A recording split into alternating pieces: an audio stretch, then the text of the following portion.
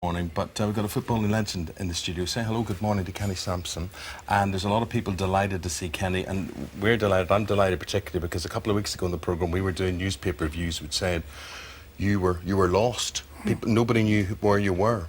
And the reason about all of that was that Kenny, if you're into football, England international, played for Arsenal, played for Crystal Palace, but away from the pitch, life was spiralling out of control for years, and it was all about gambling, and it was about drink taking hold of his life. And so much so that a few weeks ago, Kenny hit rock bottom, ravaged by his addictions. He was found destitute, penniless, and sleeping on a bench. And it is amazing, Kenny, as Eamonn said, to see you sitting here, because we did cover that story at the time, and the pictures were very shocking for people. A lot of people that remember you in your heyday and, you know, national hero, footballing hero.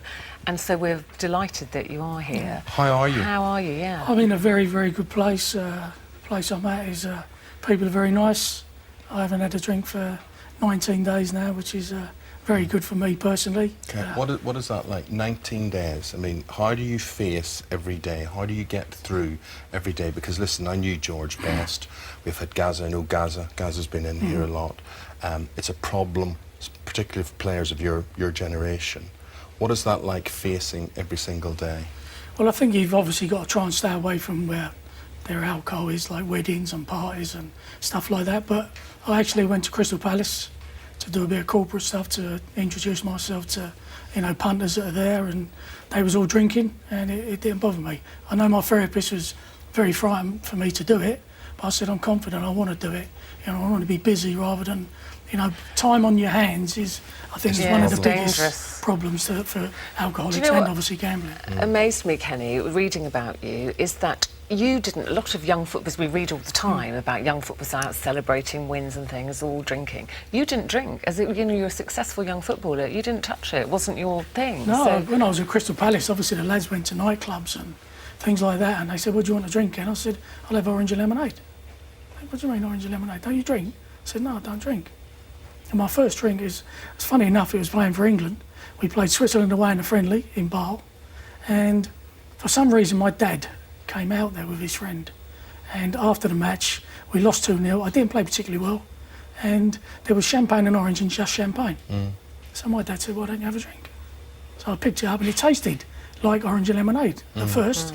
And next thing I know, I was in a taxi with my dad going back to the hotel and being sick. So I thought that might have stopped me, but it just went from there, really.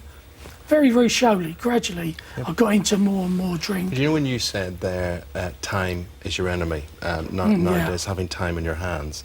Being a footballer though, intensity, adulation, and then downtime. There must have been a lot of downtime as well. Oh yeah, plenty. And I mean, in the summer, you get, you know, if you're not playing for England, you get 6 or 7 weeks off. What do? You go on holiday. When you're on holiday in the sun, you know, you're liable to have a drink. And I think it is, a lot of players turn to golf. I think some of the players maybe in the early 90s bought houses. I think Robbie Fowler's done that sort of thing. But other players do other things. It's not just football players that suffer through drink. When did you think you had a problem though? Because you said you were still having this very successful career, but the drinking was kind of gradually escalating. You know, people will say, "I don't have a problem, I have a few drinks." When did you think, no, I do actually have a problem? I think it was, I think when I started to drink nearly every day.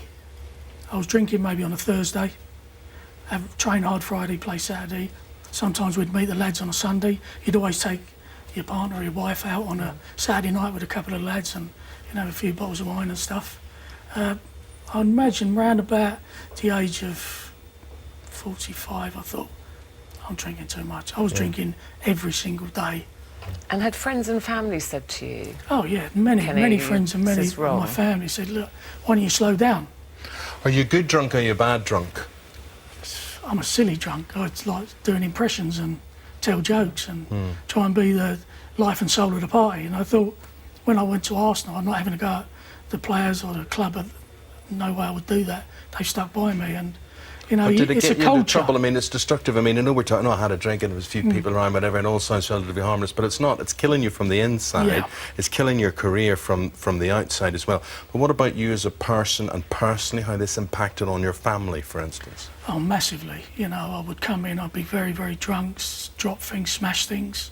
you know, by accident because I was too drunk. You weren't good to live with. No, And spending very a lot, not. and spending a lot of money, I presume. I was Then you spending talked quite about a lot of money. gambling. This led to gambling. Well, at one too. stage, I think it must have been 8 years ago, I was drinking 9 bottles of wine a day. I wasn't seeming to be Seriously? getting drunk. I was drinking, and it was just in my system, and it was really strange. If I had 3 bottles now, I'd be asleep, most probably. Wasn't just drink you had to deal with as well, and there was this culture at Arsenal, and Paul Merson often talks about this as well, and there was this gambling addiction as well, which you had to deal with, and we read about this. It's all over the papers for the past few days with Gordon Taylor at the Professional Footballers Association, the Players Union. He's the chief executive there, and his troubles very high profile now, and that rankles because they are the Players Union. They are the people who are there to help and give advice as well. What do you think of that whole situation and how endemic this is within your game, your sport? Yeah, I think it is big in not just football. I think it's in general life. I've been to many rehab places and meetings and stuff like that. And I've met bankers, people who work in the city. I think there was a big story 10 years ago about people in the city with a drink and gambling problem. Gordon Taylor's a human being. He's normal, really. He's just got an addiction, which is, you know, massive. I gambled before I actually had a drink. To people who would say he shouldn't be in that position, he shouldn't have his job because of the condition he has, and you know you've been there and it rankles with a lot of people. What would you say to people who think he should be moved on? I think it's very difficult. I think, like anyone, they need help. You know, I wanted help, and you know, I was laying on the floor, and my ex-partner Denise looked after me. She got me in a hotel and rung the PFA. And they've done marvellous for me. So he's just a normal person that's got a problem, and it's all come about. It was very, very quiet. Why did you go missing? And tell me about the business of the park bench. How do you end up sleeping on the park bench? Well, I think most people have had enough, most probably had enough of me with drinking and coming in late and being very, very drunk and silly and staggering all over the place. And I really just got drunk and decided to lay down. I lay down in a church one day, and the police come up because there was a lady opposite that see me laying down on my face and thought I was hurt. And the police come, and that made me stand up and say my name. I was able to say it, and But they you're said, "Do you not want an just ambulance?" I said, "No." But you're not just anybody. You're Kenny Samson. You're Yeah, I know pin up. that. Your people want your autograph. They want their picture taken with you. We're going to hear in a minute. People are going to be singing your praises about memories as a player. Is it harder to come to terms with because, you know, you were this icon? Yeah, maybe. Someone asked me this question, and I said, "Well, give me 3 months to 6 months sober, and I can have a good think. I can think sober, and I might come up with a reason, maybe in five different reasons, but a whole package of that is." Okay, is boredom and all let's stuff like hear that. from the hub. Matt's there and hearing what folk think of you and their words to you. Matt. Well, we've had lots of well-wishing comments on Twitter. Carly Tilter, what an absolutely fantastic man. Stephen Moss, good for him talking about this. It takes a big man to admit you've fallen down. I wish him all the luck in the world. And finally, Andy from Preston, good to hear that Kenny is recovering after his problems. Hashtag footy legend. I've got to say, you've inspired a lot of people, Kenny. Keep up the good work.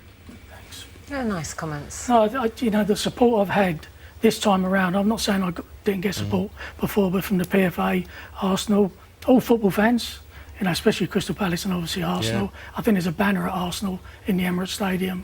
We support you, Kenny. Yeah. And that's going to be there all season. And, you know, it's been even Tottenham fans, which I must say, they've said you're a great footballer, all the best Arsenal in the future. Spurs at the weekend. It is well, fantastic. so it is. Hopefully I can go. Hopefully they'll let me have a ticket. But meanwhile, you're doing a wee bit of work at Crystal Palace. Yeah, which is really great. You know, it's fantastic. They're supporting me. You know, you don't drink then. I don't want to drink. But Well, my friend, good luck for day 20, day 21, day 2001, and every day. still got today after. to go. Yeah. But Yeah, you very get much. through and could I just today. say Keep one on. thing? There's a special person called Denise who Okay. has helped me very, very much. Denise, you got the message. Here's the news back after this.